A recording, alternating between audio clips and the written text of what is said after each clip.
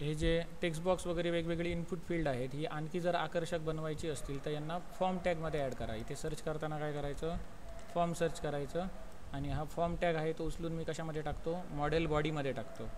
Model बॉडीमध्ये हा form टाकला आणि मॉडेल बॉडीमध्ये जेवढी काही सगळी आपली इनपुट फील्ड होती ती उचलून आपण कशामध्ये ठेवणार, फॉर्मच्या आतमध्ये टाकणार. फॉर्मच्या आतमध्ये मी ड्रॅग ड्रॉप केली. आता ही जी बनली यांच्यामध्ये बघा हे राऊंड रेक्टँग्युलर शेप आली टेक्स्ट बॉक्सला वगैरे, कळलं ना. मग मगाशापेक्षा आता हा चांगला दिसतो. मग मी आता काय करणार, हा पुन्हा एक्सपोर्ट करणार. एक्सपोर्ट करताना इथे या फोल्डरमध्ये जे ऑलरेडी मगाचं बनलेलं आहे ते डिलीट करा आणि पुन्हा एक्सपोर्ट करा. आता हे एक्सपोर्ट झालं, सेव्ह करतो. कंट्रोल S दाबून सेव्ह केल्यानंतर या लेबलला जर क्लिक केलात तुम्ही तर ॲटोमॅटिक हा फोल्डर ओपन होणार, कळलं. मग अशा प्रकारे आपलं हे एक्सपोर्ट झालेलं आहे पेज. मग हे आता आपल्याला IntelliJ घ्यायचं आहे. मग कसं घेणार, तर त्याच्यासाठी ही जी डिरेक्टरी आहे तर या डिरेक्टरीमध्ये इथे हा असेट्स नावाचा फोल्डर आहे. मग इथे सुद्धा असेट्स नावाचा फोल्डर आहे आणि इथे index.html नावाची फाईल आहे. इथे सुद्धा index.html नावाची फाईल आहे. मग या ज्या फाईल्स आहेत त्या तुम्हाला इकडे टाकायच्या आहेत, रिप्लेस करायच्या आहेत. मग ही जी फाईल आहे index.html ही कुठली आहे, आताची बूटस्ट्रॅपवाली, ही डिझाईनवाली. मग ही मी कॉपी करतो आणि इथे या टेम्पलेट्स नावाच्या फोल्डरमध्ये पेस्ट करतो. पेस्ट करताना तो विचारणार ओव्हरराईट करू का, या नावाची ऑलरेडी फाईल आहे. मग ओव्हरराईट करण्यापूर्वी तुम्ही काय करू शकता, हा जो सगळा कोड आहे तो कॉपी करून ठेवा एका नोटपॅड फाईलमध्ये, जो मी इथे ऑलरेडी कॉपी करून ठेवला आहे, आणि मग ओव्हरराईट करा. ओव्हरराईट केल्यानंतर हा जो सगळा कोड येणार तो कोणाचा येणार, बूटस्ट्रॅप स्टुडिओमधून एक्सपोर्ट केलेल्या फाईलचा. हां, मग एक फाईल आपण केली याच्यातली. दुसरी फाईल म्हणजे असेट्स. मग असेट्समध्ये काय आहे, असेट्स फोल्डरमध्ये काय आहे, ते हे सगळे वेगवेगळे फोल्डर आहेत, बूटस्ट्रॅप, फॉन्ट्स आणि JS नावाचा आपल्याकडे ऑलरेडी फोल्डर आहे, बरोबर ना. मग मी इथे काय करणार, हे सगळे फोल्डर कॉपी करतो आणि या असेट्समध्ये पेस्ट करतो. मग आता इथे हा जो JS नावाचा फोल्डर होतो याच्यामध्ये BSINIT ही एक फाईल होती बूटस्ट्रॅप स्टुडिओमधली. मग इथे BSINIT आहे आणि ही मगाशी आपली स्वतःची फाईल आहे, कळलं ना. आपण फक्त काय केलं, हे दोन फोल्डर, एक फाईल आणि एक फोल्डर इथे कॉपी पेस्ट करायचं काम केलं, असेट आणि इंडेक्स फाईल. समजलं एवढं. आता येतो तो म्हणजे महत्त्वाचा पार्ट. याच्यात काही थाईमलिपचा कोड वगैरे काही ॲड केलेला नाही, TH:each वगैरे इटरेशनसाठी आणि केलेलं नाही. तेवढं फक्त आपल्याला याच्यामधलं तिकडे कॉपी पेस्ट करायचं आहे, मग झालं, संपलं काम. पहिली गोष्ट काय, XML नेमस्पेसवाली फाईल इथे मी पेस्ट केली. त्याच्यानंतर दुसरी गोष्ट काय, टायटल टॅग घेऊया. त्याच्यानंतर तिसरी गोष्ट, हेड टॅगमध्ये हा सगळा जावास्क्रिप्टचा कोड कॉपी पेस्ट करून घेतो. हेड टॅगमध्ये जावास्क्रिप्टचा कोड सगळा कॉपी पेस्ट करून घेतला. आता या जावास्क्रिप्टच्या कोडमध्ये इथे jQueryचा कोड वापरला आहे ना आपण, मग याच्यासाठी jQuery ऑलरेडी वरती इम्पोर्ट केलेली असली पाहिजे तर ते रन होणार. त्याच्यानंतर आता आलो फॉर्ममध्ये. फॉर्म टॅगमध्ये काय आहे, मेथड पोस्ट, ॲक्शन ही आणि इन्क्रिप्शन टाईप हा. एवढा कोड मी कॉपी केला आणि याच्यात फॉर्म टॅग कुठे ओपन होतोय तो बघणार मी. फॉर्म टॅग हा बघा, इथे फॉर्म टॅग आहे, बरोबर. ह्या फॉर्म टॅगच्या पुढे मी पेस्ट करतो काय, मेथड = पोस्ट, ॲक्शन = EMP/save आणि encryption type multipart form data. एवढं कळलं. मग त्याच्यानंतर आता ही फॉर्मच्या आतमधली इनपुट फील्ड्स आली वेगवेगळी. मग हे काय आपण ऑलरेडी दिलेलं आहे तिकडे, ID आणि नेम, बूटस्ट्रॅप स्टुडिओमधून. मग आता मला फक्त काय करायचं आहे, सिलेक्ट टॅग आहे. सिलेक्ट टॅगमध्ये हा जो ऑप्शन टॅग आहे, हा ऑप्शन टॅग याला TH:each वापरून आपण ते ॲरे डेजिग्नेशनमधले एलिमेंट्स डिस्प्ले केलेले आहेत, बरोबर. मग एवढा पार्ट मी काय केला, कॉपी केला. एवढा पार्ट कॉपी केला आणि इथे बघा हा सिलेक्ट टॅगचा ऑप्शन टॅग आहे. हा कुठून सुरू झाला सिलेक्ट टॅग, इथून, कळलं. सध्या याच्यात काय आहे, एकच ऑप्शन टॅग आहे, तो घालवला आणि त्याच्या जागेवरती हा पेस्ट केला आपला, कळलं ना. आणि त्याच्यावरती एक ऑप्शन टॅग काय होता बाय डिफॉल्ट, हा होता ना सिलेक्ट डेजिग्नेशन म्हणून, कळलं. हाही टाकू शकता इथे. जर पाहिजे असेल तर. त्याच्यानंतर फाईल अपलोडिंगवाला part, input type is equal to file. याच्यामध्ये एक्स्ट्रा काय आहे, हे आहे ॲक्सेप्ट इमेज स्लॅश स्टार. हे बघा अपलोड पिक्चरवालं. Input type is equal to file, हा इनपुट टॅगच आहे ना, होय. Input type is equal to file, I D is equal to file, name is equal to file. रिक्वायर्डच्या आधी टाकलं accept is equal to image slash star. झालं. त्याच्यानंतर आता राहिलं काय, काही नाही. आता ही जी बटन्स आहेत क्लिअर आणि सेव्ह, त्याच्यानंतर फॉर्म टॅग क्लोज झाला पाहिजे. त्याच्यानंतर फॉर्म टॅग क्लोज झाला पाहिजे. मग आपला फॉर्म टॅग कुठे क्लोज होतोय बघा, इथे क्लोज होतोय ना. मग इथला काढून मी कुठे क्लोज करणार, ही दोन्ही बटन जिथे क्लोज होणार तिथे क्लोज बटन आणि हे कुठलं सेव्ह बटन, या दोघांच्या नंतर कुठेही तो फॉर्म टॅग तुम्ही क्लोज करा. समजा मी इथे केला तरी चालतो. आता हा जो डिव्हिजन आहे हा कुठे येणार, हा त्याच्यानंतर मी क्लोज करतो फॉर्म टॅग. कळलं का. आता फॉर्म टॅग सुद्धा आपला झाला क्लोज करून. आता राहिलं काय, खालचं HTMLचं टेबलमधलं. मग हा हेडर काय स्टॅटिकच आहे. डायनामिक काय आहे, हा खालचा रो जो रिपीट होतोय पुन्हा पुन्हा. मग ह्याच्यात याला आपण डायनामिक कसं बनवलं, TH:each वापरून. मग हा तुमचा कॉलमचा रो, याला काय आपल्याला हात लावायचा नाही. त्याच्यानंतर हा जो आहे तो महत्त्वाचा आहे. मग इथे हे सेल 1 सेल 2 सेल 3 काय दिसत आहे, ते बाय डिफॉल्ट व्हॅल्यू होता ना त्याच्यामध्ये, त्या दिसत आहेत. त्यांच्याकडे आपल्याला बघायची गरज नाही. पहिला TD आहे, सॉरी TDच्या अगोदर हा TR आहे, हा रिपीट झाला पाहिजे ना. इथून इथपर्यंतचा पार्ट रिपीट झाला पाहिजे प्रत्येक इलिमेंटसाठी, प्रत्येक एम्प्लॉईसाठी. मग या TRला मी TH:each वाला ॲट्रिब्यूट लागलं. त्याच्यानंतर पुढे हे फक्त आता कॉपी पेस्ट करत जायचं आहे. त्याच्यातला पहिला जो TD आहे त्याच्यात काय दिसलं पाहिजे, ID दिसला पाहिजे. दुसरा आहे त्याच्यात काय दिसलं पाहिजे, नेम दिसलं पाहिजे. तिसरा आहे त्याच्यामध्ये काय दिसलं पाहिजे, सॅलरी दिसली पाहिजे. आता इथे बघा ID पिक्चर नेम असं आहे ना, मग इथे नेम दिसलं पाहिजे आणि इथे सॅलरी दिसली पाहिजे, सॅलरी. मग या TDमध्ये काय दिसलं पाहिजे, या TDमध्ये, तर या सेकंड TDमध्ये काय आहे, तुमची इमेज आहे ना, IMG SRC image tag copy केला, किंवा ह्या अक्काच्या अक्का TD जरी तुम्ही कॉपी पेस्ट केला तरी चालतो. हा सेकंड अक्काच्या अक्का TD कॉपी पेस्ट केला तरी चालतो. कळलं. हा इमेज टॅग झाला. त्याच्यानंतर काय, नेम सॅलरी. नेम सॅलरीच्या नंतर काय आहे, डेट आहे, date of birth. Copy paste केला. त्याच्यानंतर डेट ऑफ बर्थ नंतर डेजिग्नेशन झालं. डेजिग्नेशन नंतर ही बटन्स आहेत दोन. या बटनला काय आहे, TH:(OnClick). एकात फेच डेटा आणि दुसऱ्यात डिलीट डेटा नावाचं फंक्शन कॉल केलं आहे. हे पहिलं बटन.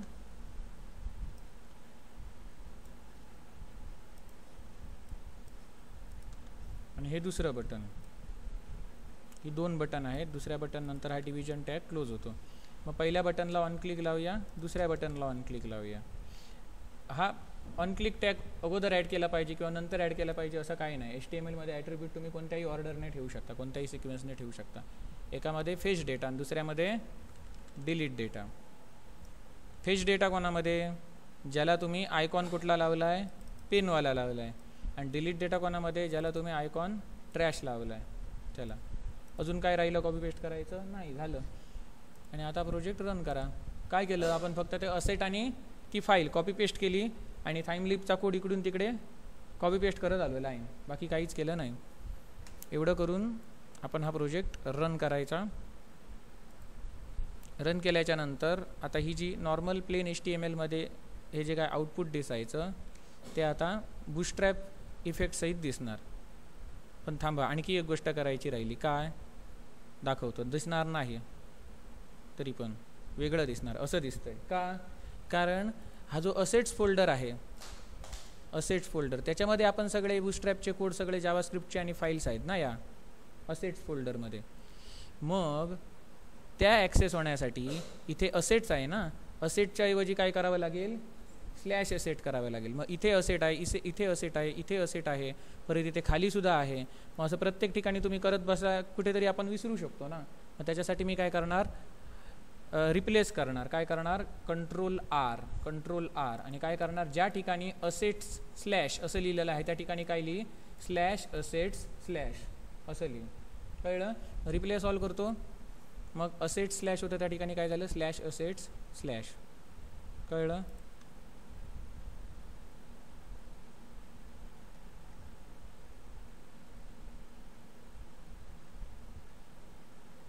झालं. आता हा प्रोजेक्ट मी रन करतो.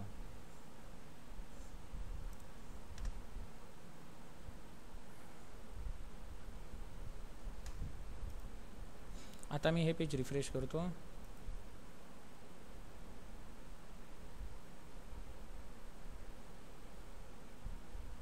आता इथे सगळे इफेक्ट्स लागलेले आहेत. इथे आता ही इमेज दिसत नाही आहे का, ती बघूया.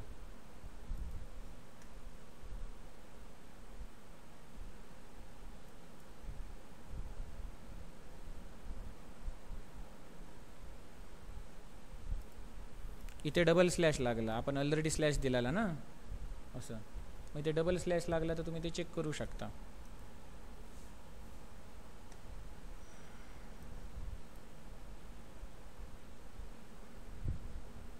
म्हणजे जर टाइमलीप इंटिग्रेट करायच्या आधी जर तुम्ही हे रिप्लेस केलं तर असं डबल स्लॅश कुठे लागणार नाही.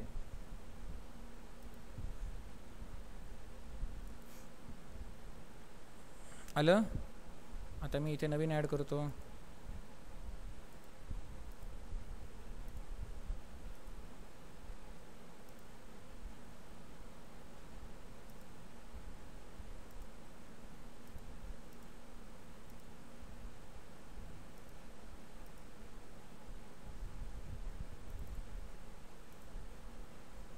ती इथेही ॲड झालेली आहे. कळलं. मग आपण बूटस्ट्रॅप स्टुडिओ वापरून जो UI आहे तो मॉडर्न कसा बनवायचा ते बघितलं. आता याच्यामध्ये आणखी काही पार्ट्स येतात. त्याच्यामध्ये एक पेजिनेशन येतं. पेजिनेशन नंतर मी जेव्हा इथे क्लिक करतो एडिट, हे सगळं होतं आहे. पण जेव्हा डिलीटवर क्लिक करतो तेव्हा डायरेक्ट रेकॉर्ड डिलीट होतं आहे ना. हे डायरेक्ट नव्हतं, त्याने पॉपअप करून दाखवलं पाहिजे, are you sure you want to delete this record वगैरे. मग हा पॉपअप वगैरे कुठून घेणार. तर जशी jQuery लायब्ररी आपण ॲड केली तशीच आणखी एक लायब्ररी आहे. त्याचं नाव काय आहे, स्वीट अलर्ट. काय आहे, स्वीट अलर्ट. मग या स्वीट अलर्ट वेबसाईटवरती गेल्यानंतर इथे काही सॅम्पल्स मिळणार तुम्हाला. कळलं. अशा टाईपचे. मग याच्यातला मला कुठला पाहिजे, डिलीट केल्यावरती कन्फर्म करणार असा, are you sure you want to delete. हे टेक्स्ट वगैरे सगळं आपण बदलू शकतो. कॅन्सल केल्यावर काय होणार नाही. येस डिलीटेड केल्यावरती काय होणार, डिलीटेड. कळलं. हा कोड फक्त इथून तुम्हाला कॉपी पेस्ट करायचा आहे, बाकी काही नाही. समजलं का. मग हा डिलीट करायचा जो कोड आहे तो मी कॉपी केला आणि पेस्ट कुठे करणार, ह्या डिलीट बटनचा जो हे आहे ना, डिलीट डेटा नावाचं हे फंक्शन, त्याच्यामध्ये पेस्ट करणार. हे फेच डेटा आणि हे डिलीट डेटा नावाचं फंक्शन.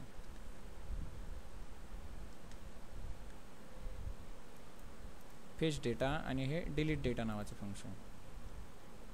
स्वेल म्हणजे काय, स्वीट अलर्टचा शॉर्ट फॉर्म आहे. कळलं. मग इथे तुम्ही चेंज करू शकता text, are you sure you want to delete this record असं. You want be able to revert this. Warning इथे आयकॉन तुम्ही देऊ शकता. एरर म्हटल्यावर तो लाल एररवाला येणार. त्याच्यानंतर कॅन्सल बटन शो करायचं का, ट्रू किंवा फॉल्स, असे वेगवेगळे ऑप्शन आहेत. त्यांचा कलर आहे, हेक्साडेसिमल कलर कोड दिलेले आहेत. कन्फर्म बटनवरती काय दिसलं पाहिजे, येस डिलीटेड दिसलं पाहिजे की ओके दिसलं पाहिजे की डिलीट शब्द दिसला पाहिजे, ते इथून सेट करू शकता. इथे जे येणार ते जे देणार ते दिसणार तिथे. आता इथे बघायचा अर्थ, गोल ब्रॅकेट इथे सुरू झालं, हे गोल ब्रॅकेट इथे संपलं आहे. देनमध्ये काय, याच्यात तुम्ही येस, जर तुम्ही येस केलात रिझल्ट, जर येस केलात तर इथं तो चेक करणार. If result dot is confirmed म्हणजे डिलीट बटनला त्याने क्लिक केलं तर काय मेसेज डिस्प्ले कर, डिलीटेड. कळलं. डिलीटेड कर, your file has been deleted. इथे मी काय लिहिणार, employee data has been deleted. कळलं. आणि आयकॉन कुठला दाखव, इथे वॉर्निंग होता ना मगाशी वरती, त्याच्याऐवजी आयकॉन कुठला दाखव, सक्सेस म्हणजे टिकमार्कवाला ग्रीनवाला. असा हा कोड आहे, काही नाही, फक्त आपण कॉपी पेस्ट केलं आहे. आणि मग काय कर, आधी हे आपल्याला डिलीट केलं पाहिजे ना. मग हे कधी कॉल करायचं आपण, विंडो डॉट लोकेशन आहे ते, हे कधी कॉल करणार. तर हे कधी कॉल करणार, तर बघा जेव्हा हा आयकॉन दिसणार डिलीटेडवाला आयकॉन दिसणार, मग ह्याचं गोल ब्रॅकेट कुठे संपतं बघायचं. इथे सुरू झालं ते इथे संपतंय, बरोबर. एवढं कळलं. मग आता हा जसा हा देन वापरला आहे तसाच आपल्याला खाली वापरायचा आहे. देन म्हणजे डिलीटेड दिसल्याच्या नंतर, टिकमार्क आल्याच्या नंतर आपण जेव्हा ओके करणार, ओके केल्यानंतर त्या URL वरती जा, जो पहिला आपला होता त्या URL वरती. आता आपण कट केला आहे कोड त्या, मग इथे मी सुद्धा देन टाकतो. काय करतो, देन. आता हा वरती आहे ते बघून आपण करायचं हा सगळं. देन मध्ये काय लिहितं, आता खाली मी कर्ली ब्रॅकेट घेतो, कर्ली ब्रॅकेट ओपन आणि कर्ली ब्रॅकेट क्लोज.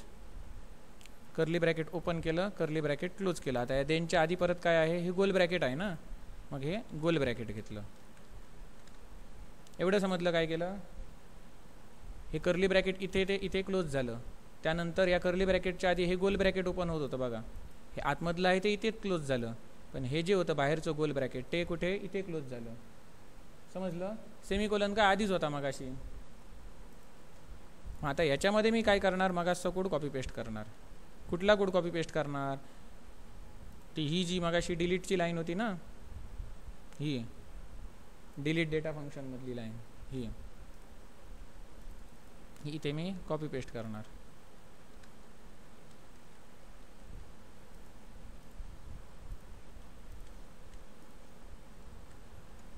केली.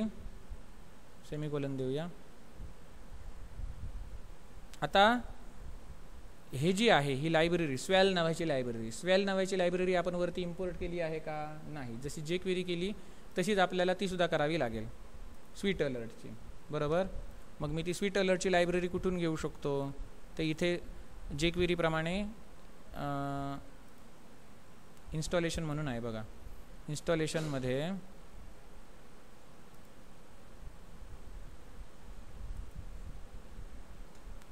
इन्स्टॉलेशनमध्ये हा CDN मी कॉपी करू शकतो. बघा script SRC is equal to हे.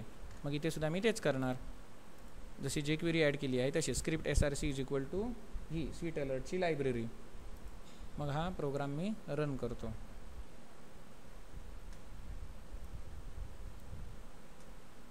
मग आता डिलीटवरती क्लिक केल्यानंतर तो डायरेक्ट डिलीट न करता आधी आपल्याला कन्फर्मेशन डायलॉग विचारणार. हे पेज रिफ्रेश करतो. आलं ना. कॅन्सल केल्यावरती काय होणार नाही. तर ती जेव्हा डिलीट करणार, डिलीटेड. आणि आता जेव्हा ओके बटनला क्लिक करणार, ओके बटनला क्लिक केल्यानंतरच हे गेलं. म्हणजेच काय झालं की जेव्हा आपण या ओके बटनला क्लिक केलं,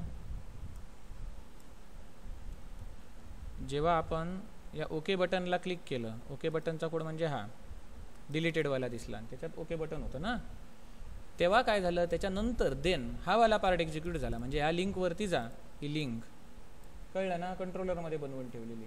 कंट्रोलरमध्ये जाणार, डिलीट करणार, डिलीट करून झाल्यानंतर पुन्हा आपल्याला तो कुठे पाठवतो, /emp/ वरती रिडायरेक्ट करतो. मग आपल्याला ते पेज दिसतं. अशा प्रकारे तुम्ही पॉपअपवाले मेसेजसुद्धा इथे ॲड करू शकता. कळलं. त्यानंतर अजून याच्यात तुम्ही काय करू शकता, समजा आणखी 2-4 रेकॉर्ड्स असे ॲड केलेले असतील तर त्याच्यामध्ये तुम्ही फिल्टर लावू शकता. फिल्टरसाठी आपण हे बनवलं आहे ना, सर्च करण्यासाठी, तसं. मग इथे ॲड करतो आणखी 2-3 रेकॉर्ड्स.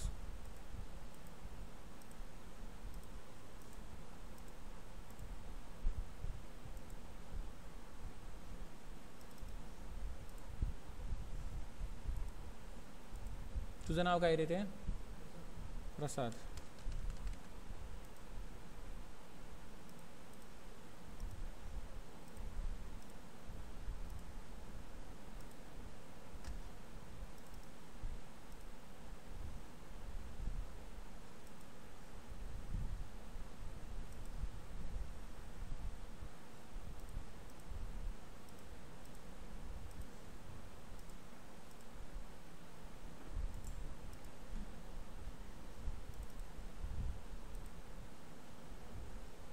आता मला काय करायचं आहे, याच्यात मी SA टाकलं की ज्यांच्या ज्यांच्या नावामध्ये SA आहे किंवा टेबलमध्ये तेच मला डिस्प्ले व्हायला पाहिजेत. AV टाकलं तर ज्यांच्या ज्यांच्या नावामध्ये AV आहे तेच डिस्प्ले व्हायला पाहिजे. असा इथे फिल्टर लावायचा आहे. कळलं? कोणत्या इव्हेंटला? त्याच्यातल्या की अप किंवा की डाऊन इव्हेंटला त्या टेक्स्ट बॉक्सच्या. कळलं का? मग हे मी कसं करू शकतो, तर याच्यासाठी या नोट्समध्ये शेवटी त्याचा कोड दिलेला आहे.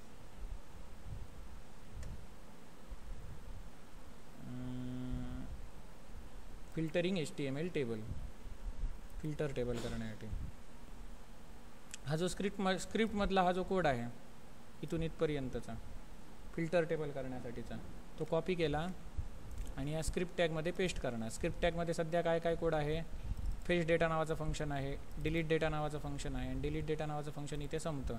इथे हा स्क्रिप्ट टॅगमधला कोड कॉपी पेस्ट केला. याचा अर्थ काय, जेव्हा डॉक्युमेंट रेडी होणार तेव्हा हा कोड रन कर.